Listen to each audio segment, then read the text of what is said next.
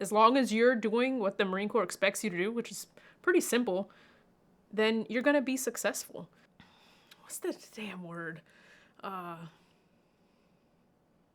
Selling cheese at our boat our first duty station. I had a good time. This was fun. Yeah. This is the first time I've ever like done something like this. Like I said, it's like I feel like I'm living out, like, is this how interviews are, like, for famous people? Anyway, yeah. What was the question?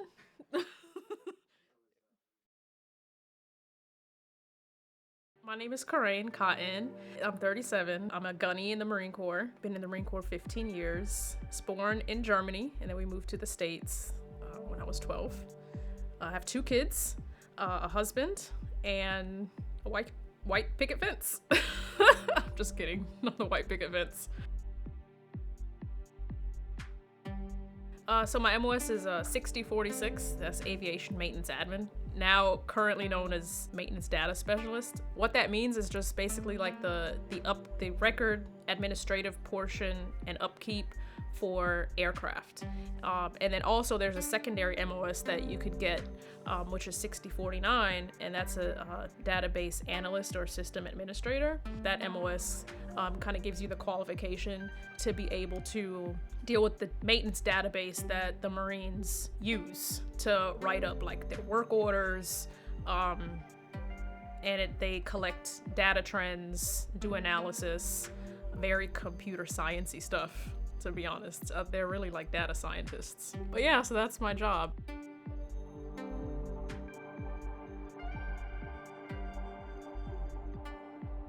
No one really expected me to join the military. I'm not like a military-y type of person. I graduated high school 2002, and then shortly after that, I got a job at Radio Shack. It was in Columbus, Georgia, which there's an army base, Fort Benning, which is like this huge, like their version of a recruit depot. We're always having military members in and out the store, buying cell phones at the time, buying computers, and just buying electronics. And I remember we hired this kid, Eli. He was a Marine reservist, but at the time, I didn't know what a Marine was. I didn't know anything about the Marine Corps. All I knew was Army. That was never even a word that was uttered anywhere ever. Anyways, Eli was helping a female soldier. We only saw male soldiers because they were all 11 Bravo, which is infantry. I remember he was helping this female soldier with like a cell phone or just something. I was like, oh my God, like the typical teenager, typical civilian that most recruiters know about, right? It's like, oh my God, I can't believe like you're in the military as a girl, like that's so crazy, like I couldn't be yelled at, you know, whatever. I would start asking him these questions like I didn't know the answers, because like my dad was in the Army, so we had like the college benefit, I had TRICARE, I was familiar with, you know, on base living, but I was really interested for some reason about the stuff that he was talking about, you know, karate, and they teach you how to shoot a gun. You know, he just made it sound so cool. The next day, I walk into the recruiting office. I had these Ugg boots on, a purse, like totally not Marine material whatsoever. Then I'm like, oh, I want to be a Marine. I want to join the Marines. And they're looking like, what are you doing in here? And I'm like, yeah, I want to go in the Marines. So I signed up. I finally told my mom that I wanted to go into the military, and she was like crying and didn't want me to go. She's like, you're gonna go to Iraq, because that's how she said it. You're gonna go to Iraq and go die and this and that. And it's so crazy because when I was in recruiting, I heard that all the time from parents, like, oh, I don't want my kid going to war and dying or whatever else. So, you know, that's the type of reaction I got from my mom. But I was like, no, you know, I'm gonna do legal admin, because like I said, I wanted to be a lawyer. And that's another thing. So Eli was like, oh, you start going to school again, and you could just be a lawyer, you know, and whatever else. And I'm like, and they have lawyer jobs. Like, you could go and be a legal clerk, or, you know, I just had this whole vision started. Like, this level of motivation came. It's like, oh my God, like this is like a legit pathway to success. And so yeah, so that's how I joined. I walked to the recruiting station next day, I joined. The crazy thing about that is a couple years later, I found myself in Afghanistan, and I ran into Eli. And I don't think he ever really knew the impact of that day. So crazy. And here I am today. Almost 15 years later.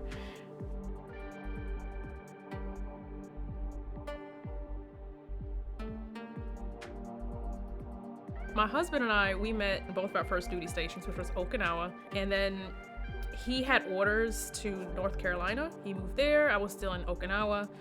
His leadership worked it out to where I could leave Japan because I was pregnant with our now twins. And then I moved to North Carolina, and then he left the Marine Corps at the end of his term. I wanted to come back to Japan because I wanted my kids to experience living here. I loved it. I didn't get to spend a lot of time in Okinawa, and I actually asked for Okinawa coming off of recruiting duty. I was like, hey, I want to go to Japan because like I said, I wanted my kids to have that experience. I'm an Army brat, a military brat, and I think it is super beneficial for kids to be able to just have all of these different experiences. And I also, there's a part of it that's also beneficial to kind of like homesteading and just kind of growing up with people and having that sense of family. But I think there is, if you're going to be in the military, then explore the world, and give your kids the opportunity to see different parts of the world. And I didn't really feel like I got to experience Japan like I wanted to, and I wanted to experience that and live here as an adult, I guess, because I was PFC, partying, having a good time, but kind of being here as an adult and kind of getting more in depth with the culture and allow my kids to have that experience. So like I said, and I also originally asked for Oki, but got Iwakuni, and I'm so glad that I did because it's completely different. It's a whole different experience.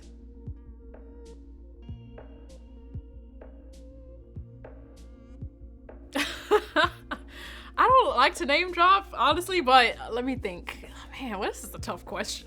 I guess if I had to like highlight one person, it would be a former Master Sergeant of mine, Master Sergeant Morales. He was our MALS chief. His personality was all about people, being kind, being someone who treats young Marines with respect. That's kind of what I learned from him. Like a lot of my leadership, comes from many different people, but I think the core of it is what I learned from watching him and how he interacted with us and how he treated us. And he was very well spoken and always had like this motivating stuff to say. So yeah, but there's so many different people that I think influenced me one way or another to be better or to be different or to, just kind of give me new and different perspective on certain things, because it's not easy, like being a leader and being put into a position where that's like you have to do it.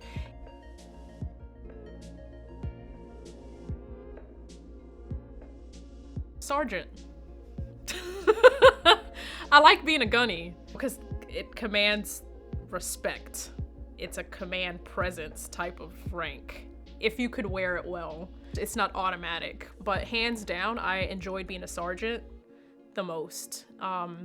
You have so much power as a sergeant and none of the blame. And I tell my Marines this all the time. I can't blame them for shit. You know what that sounds like if I tell my OIC, like, oh, it's Sergeant such and such's fault. It's Corporal such and such's. No, it's my fault. But when I was a sergeant, like I had so much leeway. I could make so many, decisions. You're still learning and trying to find like what works and your leadership and your work ethic and things like that. It's still being refined. So it gives you room to still kind of make those mistakes, but be bold. But you're not going to get the blame for this for the most part. I mean, obviously there's exceptions to certain things, but hands down, being a sergeant was the best rank for me.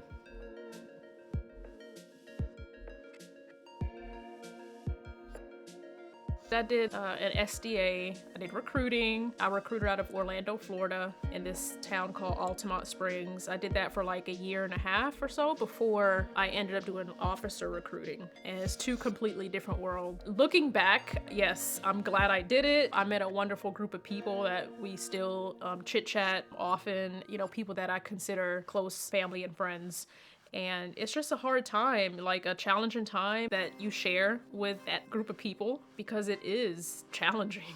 There are some times, it's because mission has to be made. It's non-negotiable. There is no not making mission. If you don't, you're like the scum of the earth. And then if you do make it, congrats and you're on to the next. Like it's just a constant constant grind.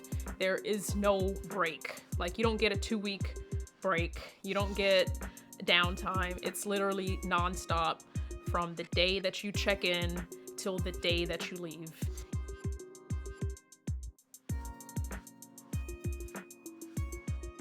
January 2011 through August 2011. So we worked on Bastion and lived on Leatherneck. No. No, I didn't. It's a cool experience. You know, like, I guess life's all about experiences, and, you know, obviously at the time, you know, it sucks. However, it's something that I could say and know that I've done and have been to. See that part of the world. I saw some sad moments, like with the homecomings and things like that, which made me very grateful for not having to be in harm's way like some people obviously were. And going back when you asked me if I have a mentor, I remember Massar Morales. He's the one who was like, you know, hey, it sucks, but if you go, you're gonna get a combat fitness report, you know, you're gonna be deployed as a sergeant. If the time ever comes when you go to a new unit, you know, you're gonna have that experience and somebody else won't, but it'll be over eventually, this and that. So, you know, just suck it up this one time and go. Because I was very unsure. I mean, it was a huge dilemma. Like, do I re-enlist and leave my kids for 6, 7, 8, 9 months? Like, is just the worst thing that a mom could possibly do. And it was awful. Looking back at it though, that time that I spent away, it was more me missing out than them, you know, and my husband did a fantastic job. If you could reach down to the bottom right. These are cold pressed bricks. All right, this says, thank you so much for your order. Enjoy your new bricks, Britt and Donnie. So again, this is from a fellow YouTuber, and you can browse through whichever, what kind of soap you like. These are nice. Dark Abyss. I'm a fan. All right, so reviews. Dark Abyss reminds me of my ex-wife. Dark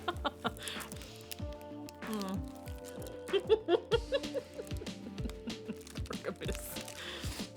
All right, whenever I'm in the shower and I drop one of these, Donnie's face flashes in front of me. Now I see why he doesn't include any on a rope. All right. And the first review, just like Donnie, it's small and doesn't last long. So yeah, they're nice. Yeah, one of those, whichever one you like is yours. I will take the Dark Abyss. And let me know what you think about it. Thank you. Today, we're going to listen to a cover of The Offspring's Gone Away by Five Finger Death Punch. Once again, controls are yours.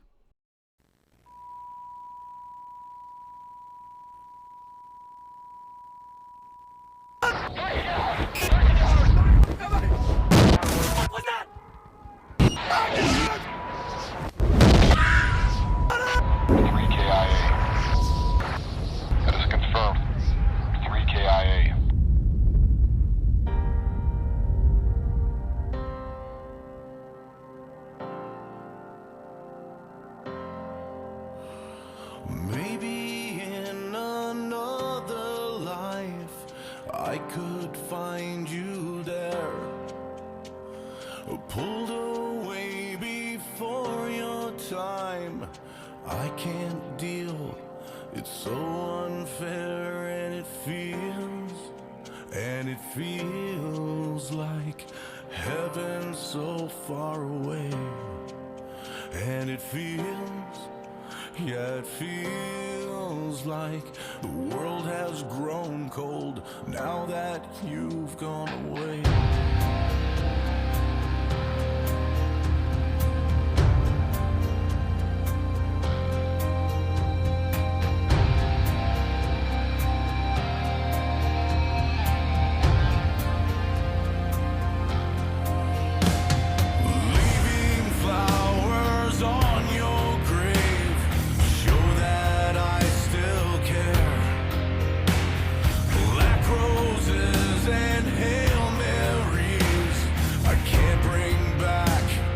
Seems like they were really wanting to get the feel of what somebody's feeling while being deployed and losing battle buddies, how it affects loved ones back home. It's like one of those songs that's like really trying to drive home the patriotism for people here back home.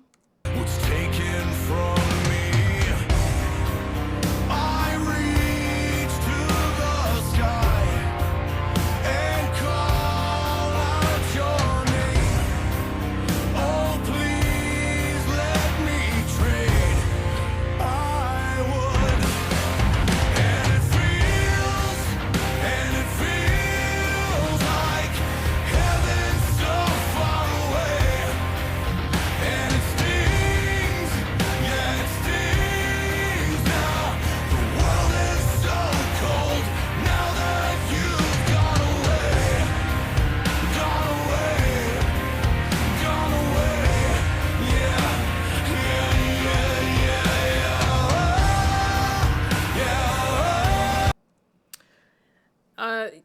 Yeah, I see a lot of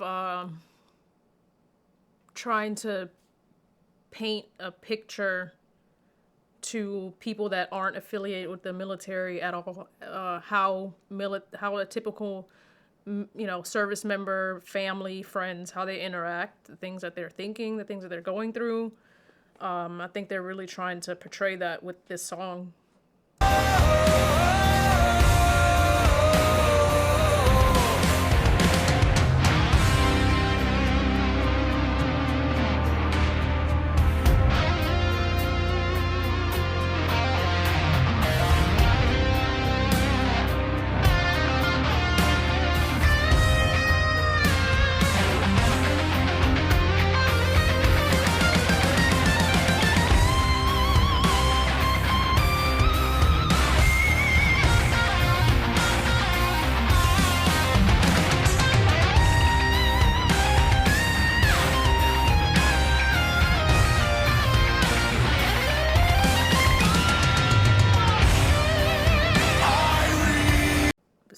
Pretty impactful. I think they're really trying to get the message, just trying to show that transformation as it relates to the military and somebody wanting to join. It gives me like 2004 vibes when the war was first starting. to the sky and call out your name. Oh, please let me trade. I would. And it feels like heaven so far away. And it feels, yeah, it feels like heaven so far away. And it stings. I think that portrays some sort of accuracy, like real world situations. That wasn't like my situation. That's just not the type of MOS that put me in the position where I have to experience that. This was a hard time, and probably feels regret asking why he was the sole survivor or one of the only survivors. Could he have done more? Why not him? Yeah, it stings now. The world is so cold now that you've gone away. Gone away. Gone away. Yeah. This is all like what I'm guessing is what someone would go through and question after losing friends that are close to them, trained with them. I would imagine that they come home and they question why not them, or what could they have done differently, having those thoughts. And then mustering something up to where it's like, I have to finish this. I have to contribute where I can, so that way they didn't die in vain or die for no reason, kind of finish what they came there to start.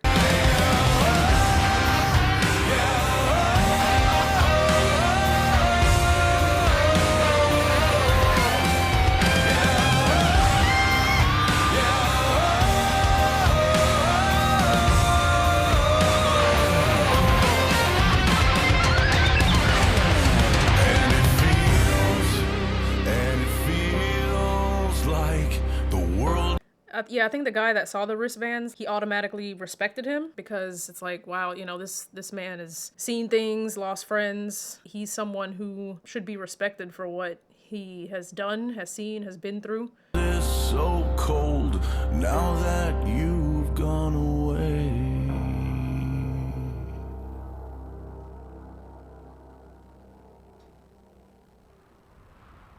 I think they did a good job of trying to like show normal people that have nothing to do with the military what someone that has gone through battle would experience. But even like someone like me who, I mean, yeah, I deployed, but I didn't go ride around in a Humvee outside the wire or do any of that. So, I mean, I can't even like 100% relate to that. So, it's just seeing what I think that they're thinking. And I think this video does the best job they can to try to show that in an artistic way. I felt like it's heartfelt, so, I mean, it was a nice sounding song. Like, I feel like it's something you could listen to if you're wanting to, like, reminisce on something, or maybe, like, a regretful moment, and it just kind of puts you in the space where you're wanting to kind of just take a moment to be sad, and be angry, and be hurt. And I think this song kind of allows someone that moment.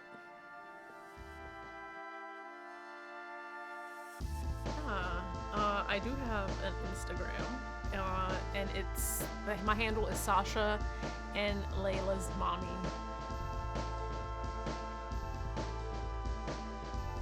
Okay.